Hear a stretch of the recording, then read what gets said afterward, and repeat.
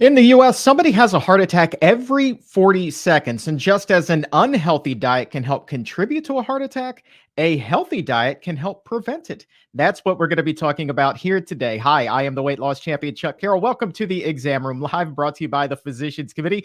We appreciate you joining us and helping to make the world a healthier place. Today, indeed, we are going to be learning the foods that can help prevent and even reverse heart disease in a lot of cases. Keep that heart beating just fantastically, even when you've been on a fast food binge for decades. A lot of us have. Dr. Neal Barnard is here to teach us that healthier way to eat, what a healthier diet truly looks like, and how you can avoid all of those traps that are in the minefield that is the standard American diet. With that, we do welcome Dr. Neal Barnard to the Exam Room Live. Sir, so very good to see you. Great to be here, Chuck. You know, I want to talk all about healthy diet, what can help contribute to heart disease, what can help prevent it.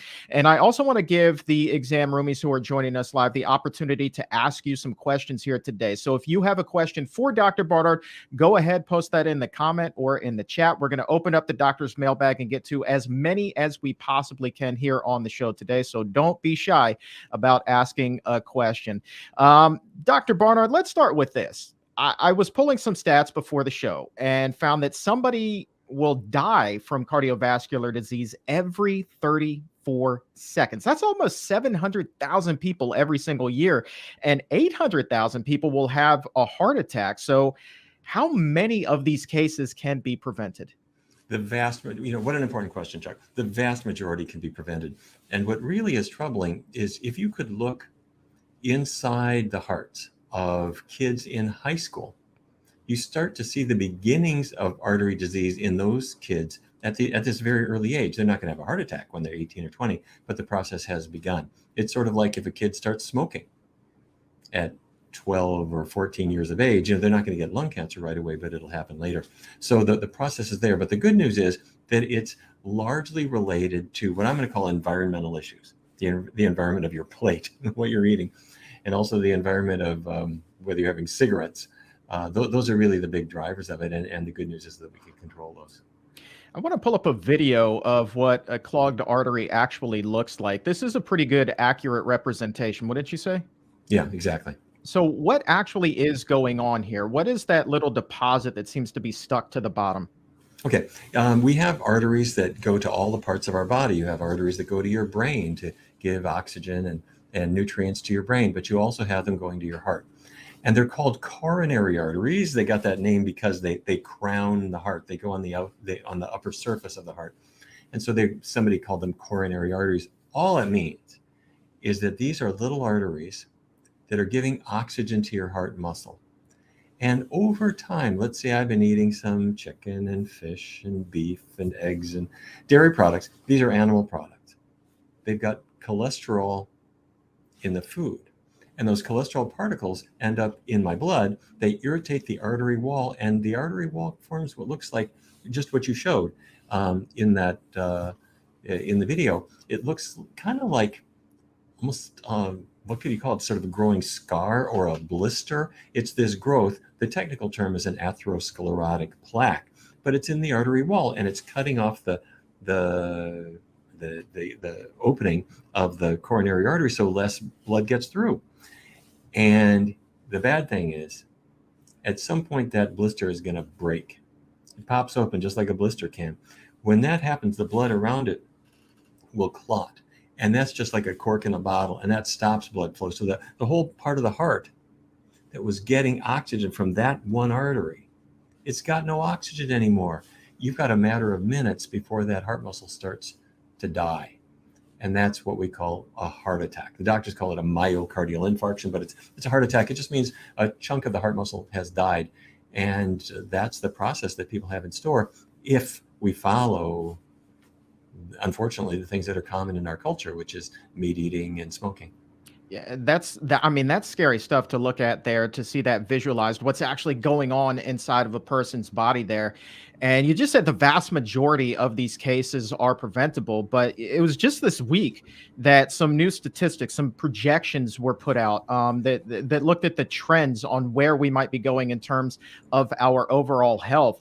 And between the year 2025, so just a few years away, and the year 2060, they're projecting heart disease cases to increase by 31%, heart failure by 33%, myocardial infarctions, we're talking about 30%, strokes even 34%. You hear statistics like that as a physician, knowing that so many of these cases are preventable, that's got to evoke some pretty strong emotion. It means the message hasn't really gotten through. People have learned about smoking. You know, back when I was in medical school, even we medical students smoked. Well, people have gotten the message. Most people have quit. Not everybody, but most. That's been a good thing. But with regard to all the other things, what we're eating, cheese intake, cheese is one of the highest saturated fat foods. It causes your cholesterol to rise. Cheese intake is going up and up and up. Bacon is going up. Sausage, all of these things that are contributing to these problems are sort of fads, and people laugh it off. You can go into any Denny's, IHOP, you name it, and you see people putting on their plates the very foods that are causing this problem. And so we've really got two things. One is some people really don't understand, Chuck, what you and I are talking about. They don't know what causes heart disease. But the other thing is you get a big lag between knowing something and acting on it. We knew that smoking caused lung cancer some years before we decided, okay, I guess that means me. So all the statistics that you just presented are people who could prevent this from happening if they were to act on it now. And act on it means getting the animal products off their plate and making other changes that we could talk about too. It's not just getting the animal products. Oh, we're going to cover a lot. We've got plenty of time here today. Before we get to the foods that you just hinted at that can help really prevent this unhealthy trend here and really improve our heart function here, I want to go a little bit deeper and take a question from Janet and talk about the other foods. You just said the animal products that can help contribute to heart disease. But Janet is wondering, what are the other foods that are most likely to cause heart disease? So are there some specifics there? Like, who are the real demons within that animal food category? Okay. Well, first of all, let's take an even wider lens. It's not all diet. You remember when Dean Ornish showed that he could tackle all the things, lifestyle things that were contributing. Diet was one. The next part was smoking. You do have to put out the cigarettes. Physical activity is helpful. And it doesn't mean you have to be going to the gym every day, but a half-hour brisk walk each day, something like that was helpful. And also dealing with stress. These things interact because if you're stressed, you don't eat so well. If you're stressed, you might be having a harder time giving up smoking. So these things work together. Within the diet, the biggest source of saturated fat, bad fat, is dairy. Why am I saying that? Because all those particles of cholesterol that are clogging the artery, the more of this bad fat that you eat, the more the cholesterol particles form. So saturated fat, that's the fat that's solid at room temperature. Like, you know, cheese is not something you can just pour into a glass. Cheese is a chunk of solid fat. Bacon grease. Those foods are high in saturated fat. Those are the worst of the worst. But lest someone think, oh, well, I could have salmon or I could have chicken. These are animal products. They still have saturated fat in them.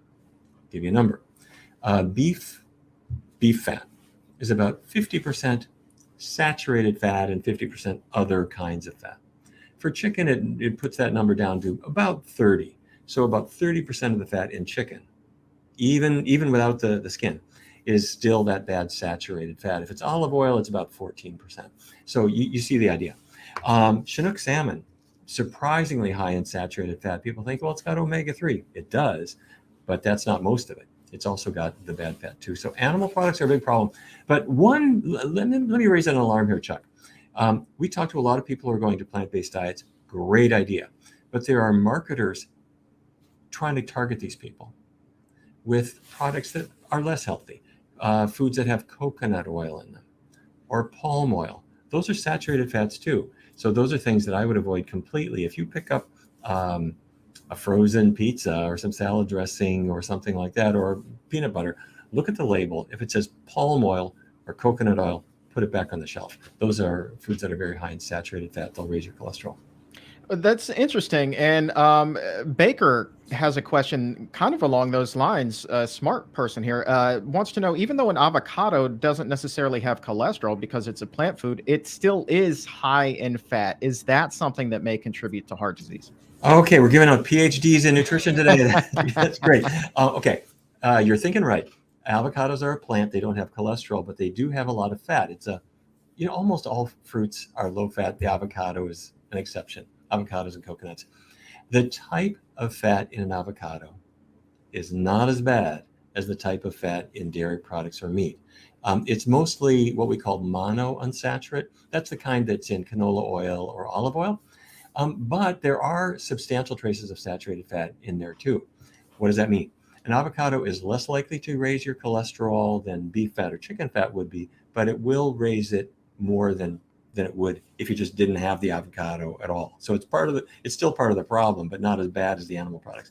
The other piece of it is if you're trying to lose weight, and weight is contributing to your risk, avocados have all that fat. Good fat can add to your thighs and your abdomen just like the bad fat can. So if you're trying to lose weight, I would get away from them. All right. So ease off the guacamole there for a little bit if you're Sorry to break your heart. Yeah. Okay. So we've talked about a lot of the things that contribute. We're kind of tiptoeing around the foods, though, that can help prevent and even reverse heart disease in a lot of cases. Janet is wondering if you can give us some more specifics there. Sure. Okay. I mentioned Ornish's 4 steps: plant-based diet, exercise, don't smoke, try to deal with stress. But then David Jenkins at the University of Toronto came up with a really interesting thing. He said, wait a minute.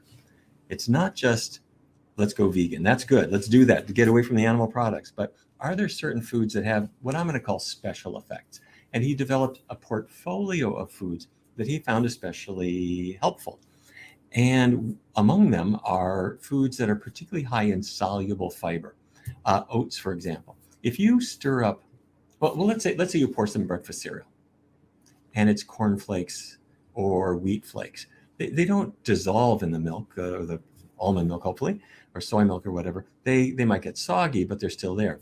If you make oatmeal, it just kind of dissolves into mush. The fact that it's totally dissolves means it's soluble fiber, and oats and also beans are rich in the soluble fiber that lowers cholesterol, in addition to the fact that it doesn't have any cholesterol or very little saturated fat. So oats, beans, those are special effect foods that you can add. Nuts may have a little bit of this effect, but they also are fatty, so they interfere with efforts to try to lose weight. Another one is soy products. For reasons we haven't been able to figure out, soy products will knock cholesterol down a little bit too, over and above the fact that they don't have cholesterol and don't have any animal fat. So those are some special effect foods that you can add in or really emphasize. But the real key is simplicity. When you're planning your plant-based diet, the more it's foods you can recognize. Here's my green beans, here's my corn, here's my rice, as opposed to foods that are processed where fatty things sneaked in the factory. The more it's simple, the better off you're going to be. All right, let's give an exam roomy shout out to Northwest Backcountries joining us today. Said they went whole food plant-based, lost 50 pounds already this year, still have another 40 to go, also quit smoking, and they're using a treadmill desk. So you hear those things combined, all of the changes that Northwest Backcountry has made this year. How much healthier would you say their heart is here today compared to January 1st? Oh, dramatically. Dr. Caldwell Esselstyn showed that when people make changes, you throw out the animal products, you keep oils really low, you follow a healthy diet, some people become practically bulletproof. Now, I don't want to overstate it. We still want to make sure that we're getting medical examinations and that kind of thing. But heart disease is not something that's inexorable. It's not necessarily progressive. It can be reversed. And the kinds of changes that you've made are fantastic.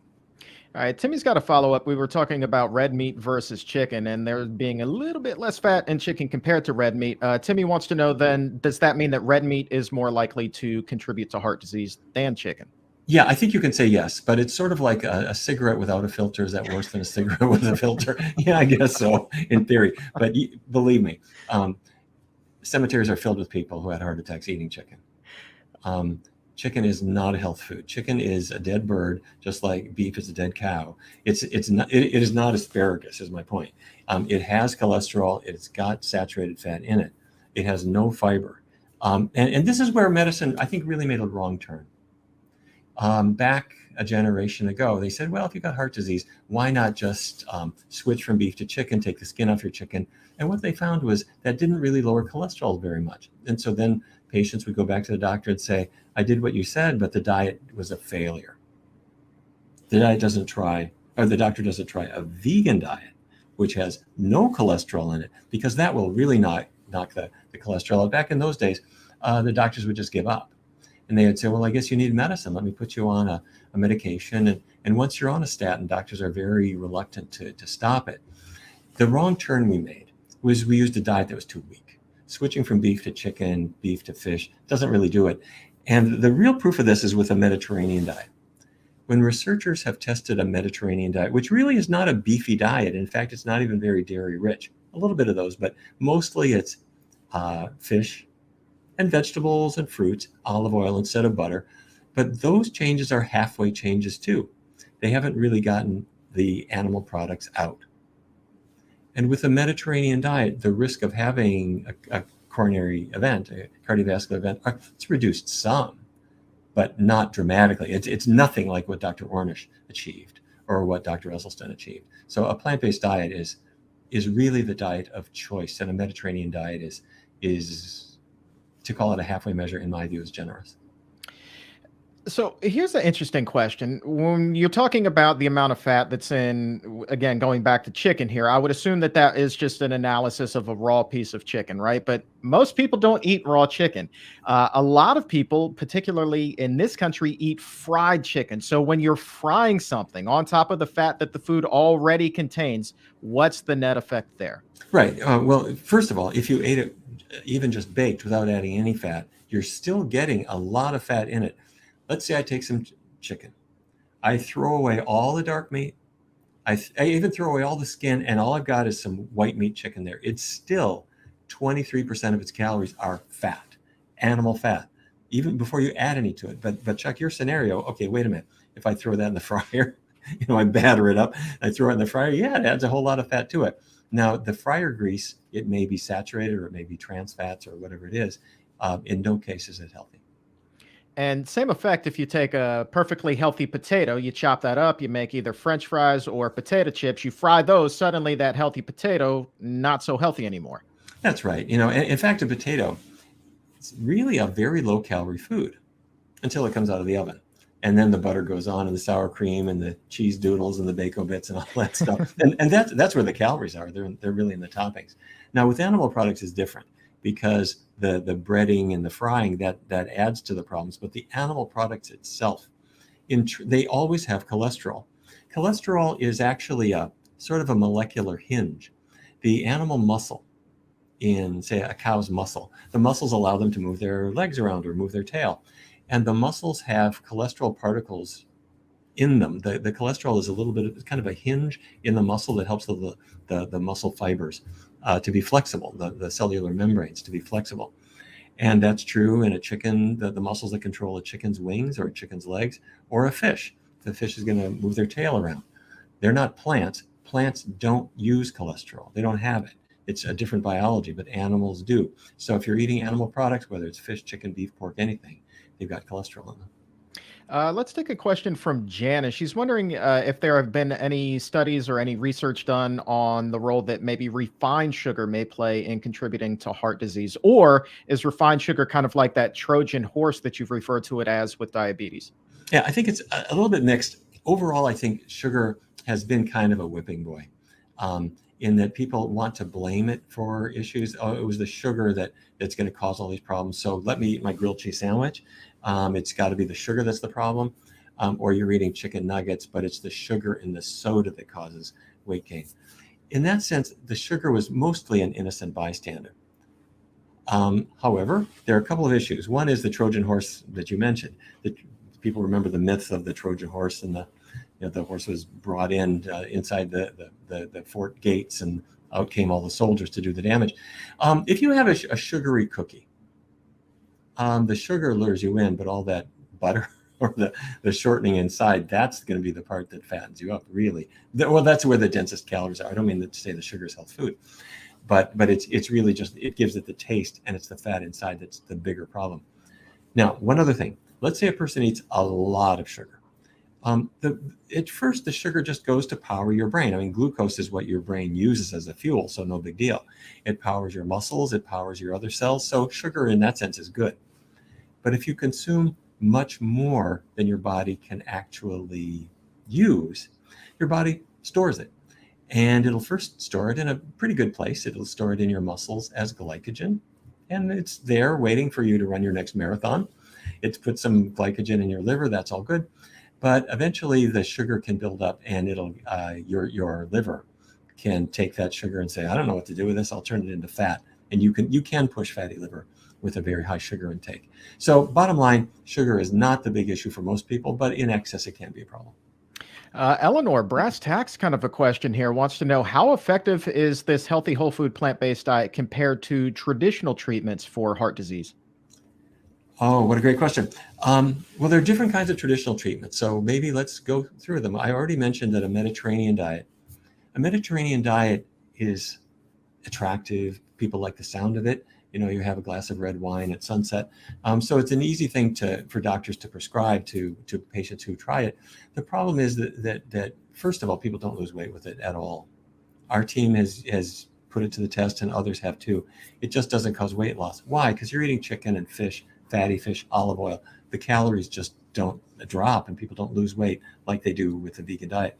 Cholesterol levels don't fall either, really not at all with a typical Mediterranean diet. However, it will reduce the risk of a cardiovascular event, like a stroke or heart attack, slightly, not dramatically. Some of the other conventional treatments, if you have a high cholesterol and you take a statin like Lipitor, it'll work. It will lower your cholesterol. It really will. The issue is that that's all it does. It won't lower your blood pressure. It won't make your diabetes any better.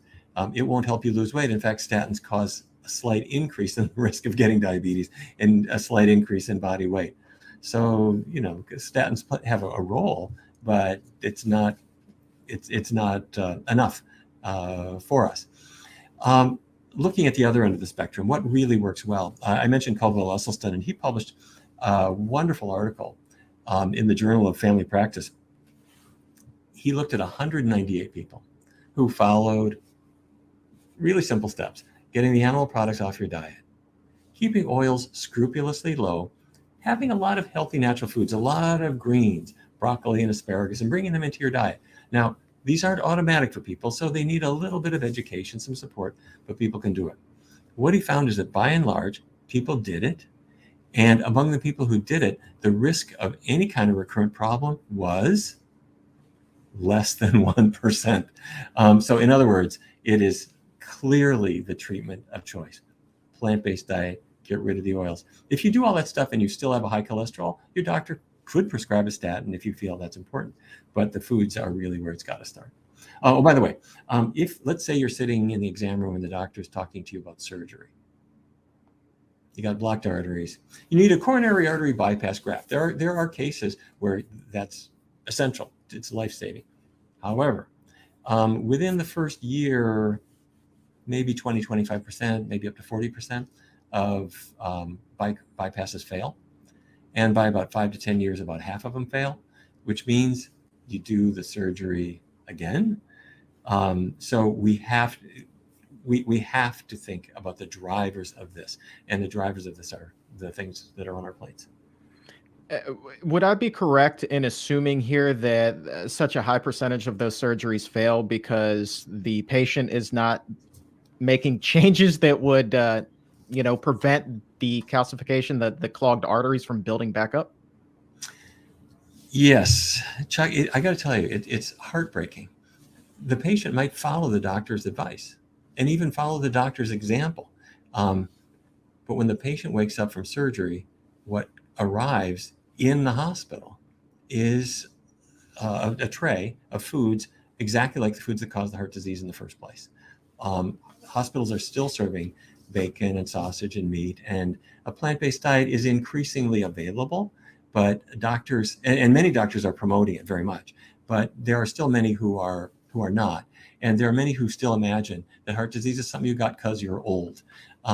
It's not. It is a disease that comes from food drivers. It's just like overweight or diabetes. These things can be two-way streets, but it cannot reverse without some support and some guidance and some education. You know, it's funny you mentioned that about hospital foods. I was just doing an interview that will be released here next week with one of the presenters at our International Conference on Nutrition and Medicine, and she was saying when her own father had a heart attack, she was just aghast to go into his hospital room and see a cheeseburger on his plate, and it's just like her mind was absolutely blown. And there is that major disconnect still between what's on your plate and what's happening in your arteries. And, you know, I just think that it speaks volumes that sort of thing is happening at a hospital. And so few people are talking about that, which goes to the importance of our Healthy Hospitals program. It sure does. And some people have a sort of a charitable idea that is not founded. The charitable idea is, my patient is suffering. He's just had surgery. He needs, this is not a time to enforce dietary changes. Let me tell you something. That patient going into surgery and coming out of surgery wants to live. And they don't want to be coddled like a person who can't make any kind of changes. A generation ago, everybody was realizing, I got to throw away the cigarettes. It's hard. There's withdrawal. You're over it in a couple of weeks. Fine. When a patient understands that there are diet and lifestyle changes that can open those arteries back up, and help you to live and help you to not have a heart attack, patients are in. They want that. They do need a pathway. They need a little bit of support, and they need their questions answered. And they need to also taste. Okay, you said that bean burrito is as good as the meat taco. Let me try it. They need to try these things. But what they discover, and we see this in our research studies all the time, and here at Barnard Medical Center too, that patients are thrilled. It's absolutely life-changing to realize that healthy foods that can cause your body to rebound, are also delicious foods and foods that work really, really well with people. And the one regret that people have is not having had this opportunity earlier in life. Because if kids were raised on really healthy foods, and if the junk food was just not there, it would have revolutionized the health. The health of so many people. It would have prevented all of these problems, these heartbreaks. Important question here from Alicia, who's wondering how long on average does it take to reverse heart disease? Great question. Well, first of all, what reversing heart disease means is those narrowings in the arteries. Those narrowings are the arteries are widening up so that more blood, more oxygen can get through. How quickly does that occur? Let me answer it this way. Back in 1990, Dean Ornish did a study, which he published in The Lancet, where he showed that 82% of people who followed these recommendations had favorable changes in their angiograms, meaning the arteries are opening up. I had the opportunity to interview all of the patients in that study because I was studying the acceptability. How did you like it? Did you think this was worthwhile? And the first thing we found is that the patients loved it. I mean, they loved feeling better and losing weight, but all of the ones who had chest pain, which means that the arteries are narrowed, the chest pain was gone within about 4 to 6 weeks. So what that means is that when you make these changes within about a month or month and a half, the arteries are opening up enough that you're getting a surge of blood and oxygen so that pain is just gone. Now, it's not, you're still fragile. The reversal process is not finished and it's going to continue. And so when Ornish published his findings in Lancet in 1990, those are 1-year findings. In 1998, he published the 5-year findings. And it looks to me like although the reversal process starts literally within the first couple of weeks, it doesn't complete or the reversal process continues well past the first year. So people keep getting better and better and better and better. And his 5-year findings were that the complications were just way, way down compared to people who didn't make these changes. So it starts fast, but it's not done fast. It takes continuing time. Ooh, but improvement on the way almost immediately, and that's the important thing. You know, we talk about this on the show so often. It's like we live in an immediate payoff kind of society. We want it, and we want it now. And so to know that even though you're not at the finish line day one, you know that you're taking big steps day one, and things are starting to open up and your body's starting to repair itself day one, I think that is incredible motivation for somebody who's looking to get on that healthier path. Absolutely. Well, you can't feel the plaques in your arteries, but when the chest pain goes away, that means the arteries opened up enough that the heart muscle is now getting blood flow. One of the things that we see in our research studies with guys, a guy might have diabetes or extra weight. When he goes on a vegan diet, the erectile dysfunction very often goes away.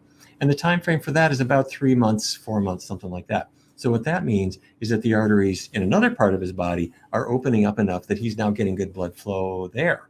So those are that's where you can actually feel the artery changes in your body. And it's a gradual process, but it's relatively quick. And these little changes have a huge effect. This will not be on the test. But in high school physics, they say that the flow through a vessel, like an artery, is proportional to the fourth power of the radius. What does that mean? That means that if the radius of that artery, if it opens up just a little bit, the blood flow opens up hugely.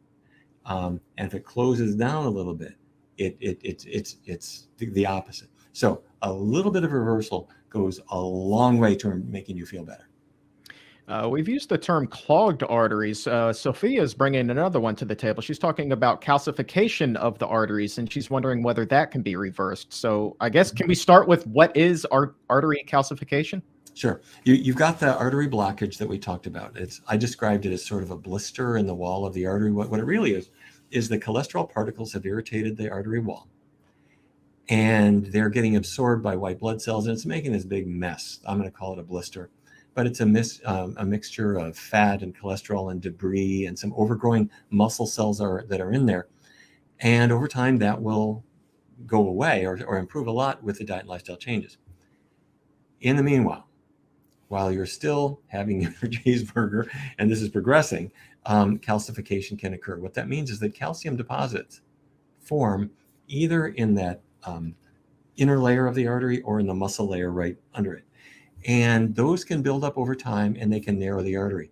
However, our goal is typically not to try to make all that calcium go away. Our goal here is to just keep all of those plaques regressing and stable, because what's going to kill you is not that calcified artery typically. What's going to kill you is a plaque that bursts. It bursts open, and then that leads to a thrombus or a blood clot, and that leads to the heart attack. All right, we have time for a few more questions here, so make sure to drop yours in the comment or in the chat. Real quick, before we get to another question, let's get a success story from Jill Erickson, 1217. Jill and her husband, Joel, are just incredible people. Went whole food plant-based in 2016 after Joel's Widowmaker heart attack, she says. And Joel, get this, Dr. Barnard, most recently learned that his risk is now, in his words, quote, Zippo. He said that he's now 0.3 and normal is between 1 and 3. So what do those, well, first of all, that's awesome, Joel. Congratulations. But when he's talking about the risk being 0.3, what does that number mean? That means well, first of all, congratulations, Joel and Jill. You are role models and everybody should be doing what you're doing. What it means is that the changes that you've made are working. It means doctors try to make these mathematical models of what's your risk in the future, and they do that so that they know what your risks are, but they also want you to know that your risks are enough that you need to make changes. You've made those changes. You've made those changes for yourself, for your family, and you frankly, you're inspiring lots of other people to do what you're doing. So fantastic. Question from one is alone here, 1234. How much of this reversal, how much of this healing is dependent on getting your body back to a healthy weight? What would you say is the answer to that question? Getting your weight down is a good idea. But the changes in your arteries occur even independent of losing weight. So what we've been talking about is a disease of the arteries. I know that's a funny thing to say, but if you were a little submarine going through the artery, what would you'd see is these huge big blisters in the artery wall. That's what's shrinking, because if it doesn't shrink, if it keeps growing, it narrows the passageway for blood and they can break open and cause a clot. So that's what we're talking about. The same diet changes you make will cause weight loss too, and the two will go concurrently. And then the more weight you lose, getting down toward a healthier weight, the better off you're going to be, because that in turn will bring your blood pressure down and bring inflammation down as well. Latoya is joining us a little bit late, but still an important question. We talked about this a little bit toward the beginning of the show, but she's wondering whether an unhealthy junk food vegan diet can still cause heart disease. Well, junk foods can do it. A vegan diet doesn't have any more junk food in it than a non-vegan diet. In fact, for the most omnivores are, people might be eating burgers and things, and then they're eating the so-called junk foods, potato chips and candy and all those kinds of things. But if you are following a vegan diet just means the animal products are gone. That's a huge step. That's great. Congratulations. But it's good to also take some additional steps too. And that is, if things like potato chips and candy are still lingering in your diet, you'll want to get rid of those too. And luckily, as time goes on, you'll find really good replacements for all of them. All right, one more success story. This one from Pat. My husband has brought his cholesterol and blood pressure way down to normal following the Esselstyn diet. We're wondering how much fat from nuts like cashew cream is allowable to keep those numbers great, just like they are. Oh, great question. First of all, with regard to nuts, there's been an ongoing discussion about this. And I think, first of all, nuts do contribute to weight issues. There are some scientists who want to try to make that go away. They really can't. If you're going to be eating a whole bunch of smokehouse almonds, your weight loss is not going to go so well because they're so high, they're so dense in calories. They really are. Most of the fat in the nuts is not saturated fat, but there is a little bit. So keeping the nuts low is a good idea. On the other hand, our Alzheimer's research friends say, wait a minute, nuts have vitamin E, and vitamin E is good. What's the answer? The answer for a typical healthy person is about an ounce. An ounce of nuts or sunflower seeds or something like that, that gives you a pretty good amount of vitamin E without the overdose. And by the way, what an ounce is, it's the amount that's in the palm of your hand. You pour the sunflower seeds in your hand, in your palm. If it touches your fingers, that's more than an ounce. All right, final question. You just mentioned sunflower seeds. This one comes to us at 12:32 from Jesse, talking about different kinds of oils. Jesse's wondering, is cooking with sunflower oil bad? Is that one of the oils that's on the Mediterranean diet? I wouldn't use any oils when you cook. Here's where we are. Okay, so the worst things are cooking with butter, cooking with cream. The animal products are high in saturated fat. Coconut oil, palm oil, terrible. Don't eat them in anything. Don't cook with them. Don't use them for anything. Shine your shoes with them. That's it. But then if you're using these liquid oils like corn oil, they're still very high in calories. And although they are lower in saturated fat, they still have traces. You don't need it. If you're sauteing something, saute it in vegetable broth, in water, or get yourself a good nonstick pan. If you have nightmares of the 1970s Teflon pans where it's like chipping off in the foods that you're cooking, the modern nonstick pans don't do that. They're really non-toxic. If you take good care of them, they're going to be fine. So it's really good to learn some non-oil cooking techniques, and you'll be fine. All right, let's go ahead and close up that doctor's mailbag for today. If we didn't get to your question, have no fear. We will save it and do our best to get you an answer on an upcoming episode. Thank you so very much for joining us and hanging out and learning all about how to prevent and even reverse heart disease. As Dr. Barnard said at the top of the show, so many of these cases are, in fact, preventable. And for everyone here at the Physicians Committee, I am the weight loss champion, Chuck Carroll. We'll talk to you again soon, but until then, keep it plant-based.